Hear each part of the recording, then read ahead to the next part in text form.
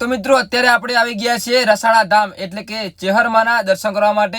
તો આવો હું તમને લાઈવ દર્શન કરાવીશ ચેહરમાના। અને આ છે આપણે મિત્રો કેનાલ, અને અહીંયાથી પણ તમે જઈ શકો છો દર્શન કરવા માટે। અને મોટો ગેટ છે ત્યાંથી પણ તમે આવી શકો છો। અને આ છે મિત્રો આપણે ગેટ મોટો, તો અહીંયા પણ તમે આવી શકો છો મોટું વાહન લઈને દર્શન કરવા માટે।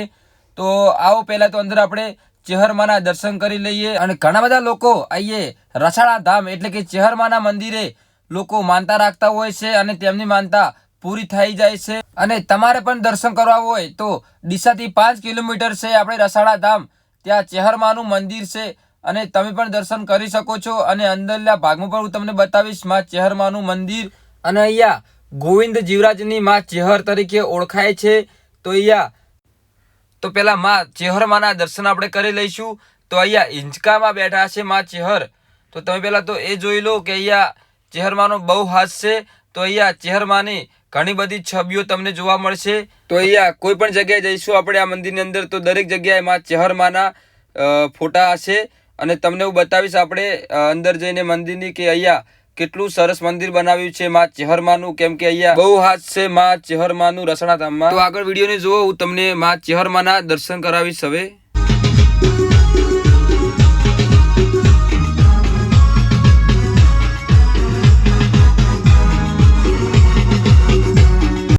તો આ છે આપણે માં ચેહરમાનું મંદિર, એટલે કે અહીંયા ઘણા બધા લોકો આવે છે રવિવારે દર્શન કરવા માટે। અને અમે પણ આવી ગયા હતા આજે રવિવારે માં ચેહરમાના દર્શન કરવા માટે।